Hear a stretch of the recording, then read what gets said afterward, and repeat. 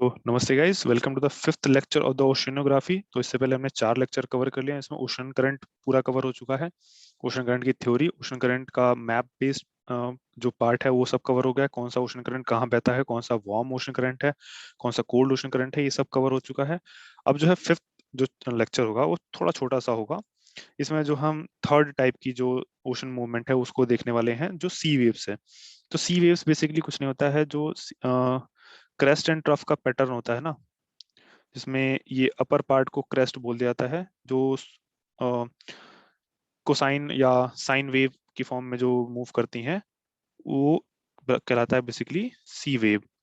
तो जो एम्पलीट्यूड होता है ना, एम्पलीट्यूड हम जानते हैं क्या होता है। ये जो है हाइट, जितना हाइट और लो के बीच में जो डिफरेंस होता है, हाई और लो के बीच में, उसी को एम्पलीट्यूड बोला जाता है। वो स्पेस और टाइम के साथ जाहिर सी बात है वेरी होता है, ये तो एक नॉर्मल सा इशू है।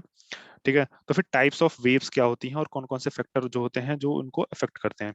जैसे पहला एग्जांपल जो है वो होता है रेगुलर, और अच्छा ये सब चीजें हम ऑलरेडी कवर कर चुके हैं। जैसे टाइडल वेव है, वो भी एक तरीके का सी वेव है। सुनामी, वो भी एक तरीके का सी वेव है। स्टॉर्म सर्जिस, जो हमने ट्रॉपिकल साइक्लोन क्लाइमेटोलॉजी में कवर किया था, वो भी एक तरीके का सी वेव ही है। तो ये सब चीजें जो हम ऑलरेडी कवर कर चुके हैं, तो ये छोटा सा लेक्चर बनेगा इसमें। जैसे फॉर एग्जांपल पहला जो वेव है वो है रेगुलर या नॉर्मल वेव। जो प्रिवेलिंग विंड जो होते हैं, prevailing wind, second law of motion क्या इसमें काम कर रहा है, जो F is equals to M ए।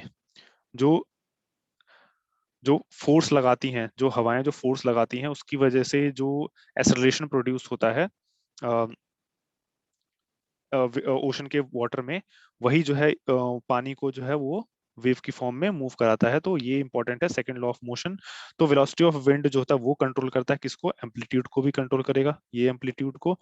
ठीक है, और amplitude of waves striking the coast, जो कोस्ट को स्ट्राइक करने वाले हैं उसके एम्पलीट्यूड को यही बेसिकली कवर जो है कंट्रोल करता है। तो ये एक पहला इंपॉर्टेंट फैक्टर है, पहला इंपॉर्टेंट पार्ट है या टाइप है, रेगुलर या नॉर्मल वेव।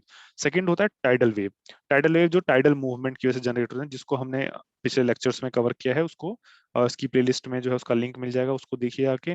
फिर स्टॉर्म सर्जेस होते हैं, स्टॉर्म सर्जेस को भी ट्रॉपिकल साइक्लोन में कवर किया गया है अच्छे से।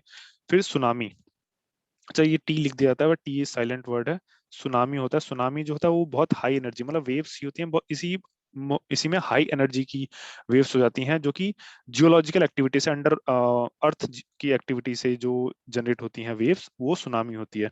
तो ये नॉर्मल नहीं होती। नॉर्मल जो थी रेगुलर और नॉर्मल वेव्स, वो तो वाटर एयर की विंड की स्पीड से जनरेट होती थी, लेकिन सुनामी जो है वो जो जैसे वोल्केनिक eruption हो गया, अर्थक्वेक हो गया, इन सब चीजों से, लैंड स्लाइड हो गया, इन सब चीजों से जनरेट होती है। जैसे 2004 में जो सुनामी आई थी, ठीक है, ये एक एग्जांपल है सुनामी का, जो कि अंडर एयर, जो अंडर अर्थ जो फैक्टर्स हैं उनकी वजह से जनरेट होती है। तो ये इंपॉर्टेंट फैक्टर है।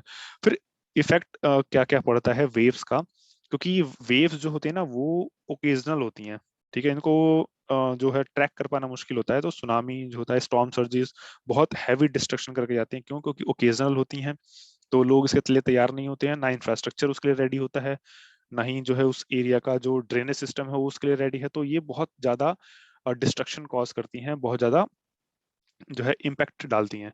तो इरोजन और डिपोजिशन भी होता है इनकी वजह से, ड्यू टू वेव्स। इरोजन जो है वो जो है और कोस्ट को डीप बनाता है, जो जो नेचुरल हार्बर बनाता है, नेचुरल हार्बर का फॉर्मेशन होता है। जैसे ये इस टाइप का नेचुरल हार्बर जो होता है वो, ये इरोजनल कोस्ट पे ही मिलेगा, डिपोजिशनल पे नहीं मिलेगा। डिपोजिशन में क्या होगा कि यहाँ पे जो है डिपोजिट सिल्ट डिपोजिट हो जाएगा, तो ये इस तरह का नहीं बन पाएगा, ये पूरा फिल हो जाएगा। तो ये एक इंपॉर्टेंट फैक्टर है जानना। दूसरा क्या है, ईस्टर्न कोस्ट जो है वो डिपोजिशनल है। इंडिया में जाहिर सी बात हम जानते हैं, वेस्टर्न कोस्ट जो है वो इरोजनल है। इसी वजह से जो वेस्टर्न कोस्ट के पोर्ट होते हैं वो ज्यादा इफेक्टिव होते हैं, एफिशिएंट होते हैं। इसलिए जो हम प्राचीन टाइम में, एंशियंट टाइम की बात करें अगर, तो जो वेस्टर्न वर्ल्ड से जो अरब, जो वेस्टर्न पोर्ट थे हमारे, उन्होंने एक क्रिटिकल रोल प्ले किया था इंडिया की इकोनॉमी को बूस्ट करने में। तो ये एक बहुत इंपॉर्टेंट फैक्टर है ये। तीसरा क्या हो सकता है इफेक्ट, इसको वेव को एनर्जी जो प्रोड्यूस करता है वो, उसको हम यूज कर सकते हैं। जैसे इंडिया का जो रिन्यूएबल एनर्जी का टारगेट है, उसमें से 40 गीगावाट जो है वो उसका पोटेंशियल है, और 10 गीगावाट जो है टाइडल एनर्जी का पोटेंशियल है। तो ये एक बहुत इंपॉर्टेंट फैक्टर है जिसको हम टैप करें अगर, तो जो हमारा अभी रिसेंटली अनाउंस किया है 2070 तक जो है नेट न्यूट्रल कंट्री बनने के लिए, नेट कार्बन न्यूट्रल कंट्री बनने के लिए, तो उसका टारगेट में ये बहुत इंपॉर्टेंट है रिन्यूएबल एनर्जी का को एक्सप्लॉइट करना। तो ये भी इंपॉर्टेंट है।